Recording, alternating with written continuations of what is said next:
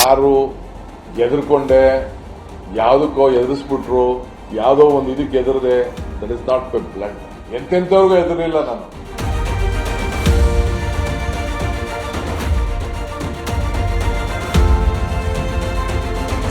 ಸಿದ್ದರಾಮಯ್ಯನವರು ಬಜೆಟ್ನ ತಯಾರಿ ಮಾಡೋದಾಗಿ ಘೋಷಣೆ ಮಾಡಿದ್ದಾರೆ. ಅಲ್ಲಿಗೆ ಒಂದಂತೂ ಫಿಕ್ಸ್, ಮಾರ್ಚ್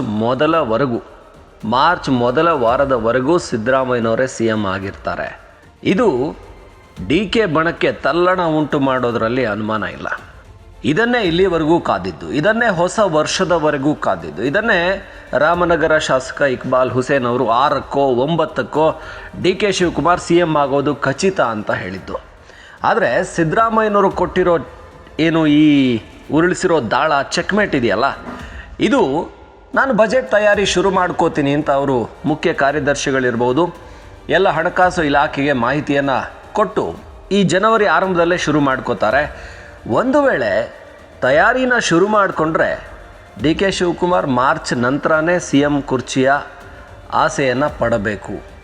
ಅಲ್ಲಿಗೆ ಮತ್ತೊಂದು ವರ್ಷದ ಕನಸನ್ನು ಕೈ ಬಿಡಬೇಕು.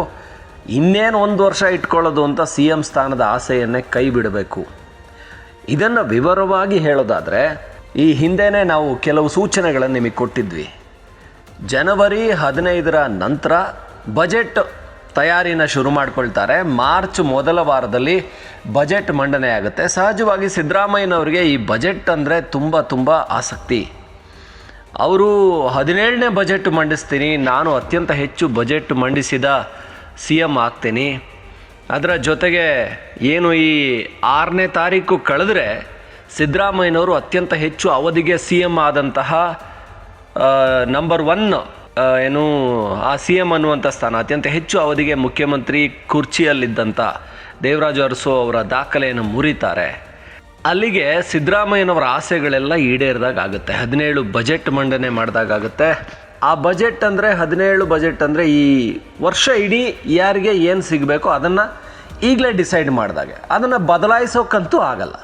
ಬಜೆಟ್ ಮಂಡಿಸಿದ ಮೇಲೆ ಆ ಬಜೆಟನ್ನು ಬದಲಾಯಿಸೋದೇನಿದ್ರು ಹೊಸ ಸರ್ಕಾರ ರಚನೆ ಆದರೆ ಅಥವಾ ಹೊಸ ಏನು ಮುಖ್ಯಮಂತ್ರಿ ಆದರೆ ಮಾತ್ರ. ಹೊಸ ಮುಖ್ಯಮಂತ್ರಿ ಆದರೂ ಕೂಡ ಅವರದ್ದೇ ಸರ್ಕಾರ ಇದ್ದರೆ ಬದಲಾಯಿಸೋ ಸಾಧ್ಯತೆಗಳು ತೀರಾ ಕಡಿಮೆ ಇರುತ್ತೆ. ಹಾಗಾಗಿ ಈಗ ಸಿದ್ದರಾಮಯ್ಯನವರು ಇಟ್ಟಿರುವಂಥ ಚೆಕ್ಮೇಟ್ ಇದೆಯಲ್ಲ, ಉರುಳಿಸಿರೋ ದಾಳ ಇದೆಯಲ್ಲ, ಇದನ್ನು ತಡೆಯೋದು DK ಶಿವಕುಮಾರ್ ಬಣಕ್ಕೆ ಖಂಡಿತ ಕಷ್ಟ ಆಗುತ್ತೆ.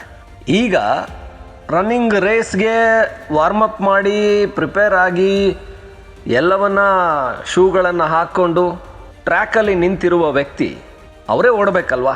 ಇಲ್ಲ ಅಂತ ಹೇಳಿದರೆ DK ಶಿವಕುಮಾರ್ ಎಲ್ಲ ಹಣಕಾಸು ಇಲಾಖೆ ಅಧಿಕಾರಿಗಳನ್ನು ಕರೆದು ಅವರು ತಯಾರಿ ಮಾಡಿ ಯಾವ್ಯಾವ ಕ್ಷೇತ್ರಕ್ಕೆ ಎಷ್ಟೆಷ್ಟು, ಯಾವ್ಯಾವ ಇಲಾಖೆಗೆ ಎಷ್ಟೆಷ್ಟು ಅನುದಾನ ಅಂತ ಏನಾದರೂ ಅವ್ರು ಹಂಚಿದ್ದಿದ್ರೆ ಅದನ್ನು ಅವರು ಮಂಡಿಸಿದರೆ ಅದು ವರ್ಷ ಇಡೀ ಅವರು ಅದನ್ನು ಆ ಬಜೆಟನ್ನು ಸರಿದೂಗಿಸ್ಕೊಂಡು ಹೋಗೋದಕ್ಕಾಗುತ್ತೆ. ಇಲ್ಲ ಅಂದರೆ ಸಿದ್ದರಾಮಯ್ಯನವರು ಮಾಡಿದ ಬಜೆಟನ್ನೇ ನಾನು ಮುಖ್ಯಮಂತ್ರಿಯಾಗಿ ಸರಿದೂಗಿಸ್ಕೊಂಡು ಹೋಗ್ತೀನಿ ಅಂತಂದರೆ ಓಕೆ, ಅದು DK ಶಿವಕುಮಾರ್ ಅವರ ವ್ಯಕ್ತಿತ್ವಕ್ಕೆ ಅದು ಒಪ್ಪುತ್ತಾ? DK ಶಿವಕುಮಾರ್ ಯಾವತ್ತೂ ಕೂಡ ನಾನು ಹೇಳಿದ್ದೇ ಆಗಬೇಕು, ನಾನೇನು ಮಾಡ್ತೀನೋ ಅದು ಸಂಪೂರ್ಣ ನನ್ನ ಕಂಟ್ರೋಲಲ್ಲಿ ಇರಬೇಕು ಅಂತ ಬಯಸುವ ವ್ಯಕ್ತಿ. ಹೀಗಿರುವಾಗ ಸಿದ್ದರಾಮಯ್ಯನವರು ಮಾಡಿರುವಂಥ ಬಜೆಟನ್ನು DK ಶಿವಕುಮಾರ್ ಒಪ್ಕೊಂಡು ಹೋಗಬೇಕು ಅಂದರೆ ಅದು ಸಾಧ್ಯನಾ? ಇಲ್ಲ, ಇಷ್ಟರ ಒಳಗೇನೆ DK ಶಿವಕುಮಾರ್ ಹೈಕಮಾಂಡ್ನಿಂದ ಒತ್ತಡ ತಂದು ಬಜೆಟ್ ನಾನೇ ಮಂಡಿಸಬೇಕು, ಈ ವರ್ಷ ಸಂಪೂರ್ಣ ನಮ್ಮ ಹಿಡಿತದಲ್ಲಿರಬೇಕು. ಅಂದರೆ ಬಜೆಟನ್ನು ಯಾರು ಮಂಡಿಸ್ತಾರೋ ಅವರ ಹಿಡಿತದಲ್ಲಿ ಆ ವರ್ಷ ಇಡೀ ಯಾವ್ಯಾವ ಕ್ಷೇತ್ರಕ್ಕೆ ಎಷ್ಟು ಅನುದಾನ, ಯಾವ ಇಲಾಖೆಗೆ ಎಷ್ಟು, ಯಾವ ಏನು ಬೇರೆ ಬೇರೆ ಮಂತ್ರಿಗಳಿಗೆ ಎಷ್ಟೆಷ್ಟು ಅನುದಾನ ಅನ್ನೋದನ್ನು ಅವರು ನಿರ್ಧರಿಸಾಗಿರುತ್ತೆ. ಆ ವರ್ಷ ಇಡೀ ಅವರ ಹಿಡಿತದಲ್ಲೇ ಇರುತ್ತೆ. ಅದನ್ನು ಕಂಟ್ರೋಲ್ಗೆ ತಗೊಳ್ಳೋದಕ್ಕೆ ಸಿದ್ದರಾಮಯ್ಯನವರು ಸದ್ಯಕ್ಕಂತೂ ಬಿಡ್ತಾ ಇಲ್ಲ. ಈ ಬಜೆಟ್ ನಾನೇ ಮಂಡಿಸ್ತೀನಿ ಅಂದರೆ ಅಲ್ಲಿಗೆ DK ಶಿವಕುಮಾರ್ ಅವರ 1 ವರ್ಷ ಅಧಿಕಾರ ಕಡಿತ ಆದಂಗೆನೆ. ಇನ್ನು 1-1.5 ವರ್ಷಕ್ಕೆ DK ಶಿವಕುಮಾರ್ ಅಧಿಕಾರ ತಗೋತಾರ, ಅಥವಾ ಈ ಬಜೆಟ್ ಒಳಗೇನೆ ಒಂದು ದೊಡ್ಡ ಬದಲಾವಣೆ ಹೈಕಮಾಂಡಿಂದ, ಇಲ್ಲ ಬಜೆಟನ್ನು DK ಶಿವಕುಮಾರ್ ಅವರೇ ಮಂಡಿಸಬೇಕು, ಅದು ಈಗಲೇ ಅಧಿಕಾರ ಹಸ್ತಾಂತರ ಆಗಬೇಕು ಅನ್ನೋದು ಇನ್ನು ಕೆಲವೇ ದಿನಗಳಲ್ಲೇನಾದರೂ ಆ ಥರದ್ದೊಂದು ಸುದ್ದಿಯನ್ನು ಕೊಡ್ತಾರಾ? ಯಾಕೆಂದರೆ DK ಶಿವಕುಮಾರ್ ಆಪ್ತರು ಹೇಳ್ತಾನೆ ಇದ್ದಾರೆ, ಇಲ್ಲ ಈ ಸಂಕ್ರಾಂತಿಯ ಒಳಗಾಗುತ್ತೆ ಅಂತ, ಸಂಕ್ರಾಂತಿಯ ಮುಂದಕ್ಕಾಗುತ್ತೆ ಅಂತ ಯಾರು ಇನ್ನೂ ಹೇಳ್ತಾ ಇಲ್ಲ. ಸಂಕ್ರಾಂತಿ ಒಳಗೇನೆ 6ಕ್ಕೆ 9ಕ್ಕೆ DK CM ಕುರ್ಚಿನ ಏರ್ತಾರೆ ಅಂತ ಹೇಳ್ತಾ ಇದ್ದಾರೆ. ಹಾಗಾದರೆ ಇದು ಸತ್ಯ ಆಗುತ್ತಾ? DK ಶಿವಕುಮಾರ್ ಹೊಸ ವರ್ಷದಲ್ಲಿ ಮಾತಾಡ್ತೀನಿ ಅಂತ ಅಂದಿದ್ದಾರೆ. ಏನಾದರೂ ಮಾತಾಡ್ತಾರ? ಇನ್ನು ಈ ಸಿದ್ದರಾಮಯ್ಯ ಆಪ್ತ ಬಣದವರು ನನಗೂ ಸಿ ಎಂ ಕುರ್ಚಿ ಬೇಕು ಅಂತ ಅವರು ಕೂಡ ಏನು ರೇಸಲ್ಲಿ ಬರೋ ಲಕ್ಷಣಗಳು ಕಾಣಿಸ್ತಾ ಇದೆ. ಯಾಕೆಂದರೆ ಸಿದ್ದರಾಮಯ್ಯನವ್ರನ್ನ ಆ ಕುರ್ಚಿಯಲ್ಲಿ ಉಳಿಸೋದಕ್ಕೆ ಅವರು ರೇಸಲ್ಲಿ ಇದ್ದೇ ಇರ್ತಾರೆ. ಇಲ್ಲ ಅಂತ ಹೇಳಿದರೆ ಸಿದ್ದರಾಮಯ್ಯನವ್ರಿಗೆ ಎಲ್ಲಿ ಸಿ ಎಂ ಕುರ್ಚಿ ಹೋಗ್ಬಿಡುತ್ತೋ ಅನ್ನುವಂಥ ಆತಂಕ ಇರುತ್ತೆ. KPCC ಅಧ್ಯಕ್ಷ ಸ್ಥಾನ ಕೊಡಿ, ನನಗೂ ಸಿ ಎಂ ಆಗೋ ಆಸೆ ಇದೆ, ಈ ಥರದ್ದೊಂದಷ್ಟು ದನಿಗಳು ಹೇಳ್ತವೆ. ಅದನ್ನು ರಾಜಣ್ಣ ಮಾಡ್ಬೋದು, ಅಥವಾ ಸತೀಶ್ ಜಾರಕಿಹೊಳಿ ಮಾಡ್ಬೋದು, ಅಥವಾ ಪರಮೇಶ್ವರ್ ಮಾಡ್ಬೋದು. ಈಗಾಗಲೇ ಪರಮೇಶ್ವರ್ ನನಗೂ ಬಡ್ತಿ ಸಿಗ್ಬೋದು ಈ ವರ್ಷ ಅನ್ನೋ ಥರ ಮಾತಾಡ್ತಾ ಇದ್ದಾರೆ. ಗೊತ್ತಿಲ್ಲ, ಹೈಕಮಾಂಡು ಏನಾದರೂ ಈ ಪರಿಸ್ಥಿತಿ ವಿಕೋಪಕ್ಕೆ ಹೋದಾಗ ಯಾರೂ ಬೇಡ, ತಟಸ್ಥವಾಗಿರುವಂಥ ವ್ಯಕ್ತಿಯನ್ನು ಸಿ ಎಂ ಮಾಡಿಬಿಡ್ಬೋದು ಅನ್ನುವಂಥ ಆಸೆನೂ ಕೂಡ ಪರಮೇಶ್ವರ್ ಅವರಿಗೆ ಇರಬಹುದು. ಹಾಗಾಗಿ ಹಾಗೆ ಹೇಳ್ತಾ ಇರ್ಬೋದೇನೋ ಗೊತ್ತಿಲ್ಲ. ಆದರೆ DK ಶಿವಕುಮಾರ್ ಅವರಂತೂ ತುಂಬ ಪ್ರಬಲವಾಗಿಯೇ ವಾದ ಮಂಡಿಸ್ತಾ ಇದ್ದಾರೆ. ನನ್ನ ಬೇಡಿಕೆ ಏನಿದೆ, ನನಗೆ ಕೊಟ್ಟಿರೋ ಮಾತೇನಿದೆ ಅದನ್ನು ಉಳಿಸ್ಕೊಳ್ಬೇಕು ಹೈಕಮಾಂಡ್ ಅಂತ. ಆದರೆ ಸಿದ್ದರಾಮಯ್ಯನವರು ನಾನು ಬಜೆಟ್ ತಯಾರಿ ಮಾಡ್ಕೋತಾ ಇದ್ದೀನಿ ಅಂತ ಹೇಳ್ತಾ ಇದ್ದಾರೆ. ಅಲ್ಲಿಗೆ ಅವರೊಂದು ಮೆಸೇಜನ್ನು ಪಾಸ್ ಮಾಡಿದ್ದಾರೆ, ಮಾರ್ಚ್ವರೆಗಂತೂ ಬಜೆಟ್ ಮುಗಿಯೋವರೆಗೂ ನಾನು ಸಿ ಎಂ ಸ್ಥಾನನ ಬಿಟ್ಕೊಡಲ್ಲ ಅಂತ. ಅಥವಾ 5 ವರ್ಷ ನನಗೆ ಕೊಡಿ, ಯಾಕೆ ಸುಮ್ಮನೆ ಮಧ್ಯದಲ್ಲಿ ಈಗಾಗಲೇ ಕೇರಳವನ್ನು ಗೆದ್ಕೊಳ್ಬೇಕು ಅಂತ ಹೇಳಿದರೆ ಕರ್ನಾಟಕದಲ್ಲಿ ಸ್ಟೇಬಲ್ ಗೌರ್ಮೆಂಟ್ ಇರಬೇಕು, ಯಾಕೆ ಶೇಕ್ ಆಗಬೇಕು?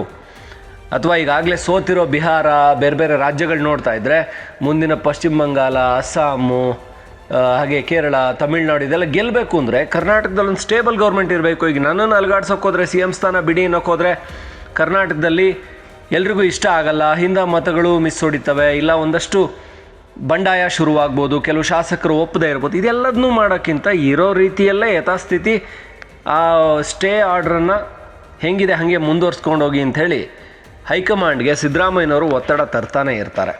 ಇದೆಲ್ಲವನ್ನ ಕೇಳ್ಕೊಂಡು ಹೈಕಮಾಂಡ್ ನಿರ್ಧಾರ ಏನಾಗಿರುತ್ತೆ ಅದನ್ನಷ್ಟೇ ಕಾಯ್ತಾ ಇರೋದು. DK ಶಿವಕುಮಾರ್ ಈಗ ಏನು ದನಿ ಎತ್ತಾರೆ? ಸಿದ್ದರಾಮಯ್ಯನವರೇ ಬಜೆಟ್ ಮಂಡಿಸೋದಕ್ಕೆ ಓಕೆ ಅಂತಾರ?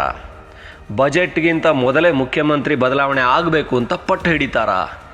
ಈ ಕುತೂಹಲವಂತೂ ರಾಜ್ಯ ರಾಜಕಾರಣದಲ್ಲಿ ಇದ್ದೇ ಇದೆ. ಈ ಬಜೆಟ್ನ ಒಳಗೆ ಬದಲಾಗದಿದ್ದರೆ ಮತ್ಯಾವತ್ತೂ ಬದಲಾಗಲ್ಲ ಅನ್ನೋದಂತೂ ಸ್ಪಷ್ಟ. ಈ ಬಜೆಟನ್ನು DK ಶಿವಕುಮಾರ್ ಮಂಡಿಸದೇ ಇದ್ದರೆ ಈ 5 ವರ್ಷದ ಅಧಿಕಾರ ಬಹುತೇಕ ಸಿದ್ದರಾಮಯ್ಯನವ್ರ ಕೈಗೆ ಹೋಗೋದು ಖಚಿತ ಅಂತ ಅನ್ನಿಸ್ತಾ ಇದೆ. ಹಾಗಾಗಿನೇ ಇದು ಬಹಳ ಪ್ರಮುಖವಾದಂಥ ಘಟ್ಟ, ಸಂಕ್ರಮಣ ಘಟ್ಟ, ಸಂಕ್ರಾಂತಿ.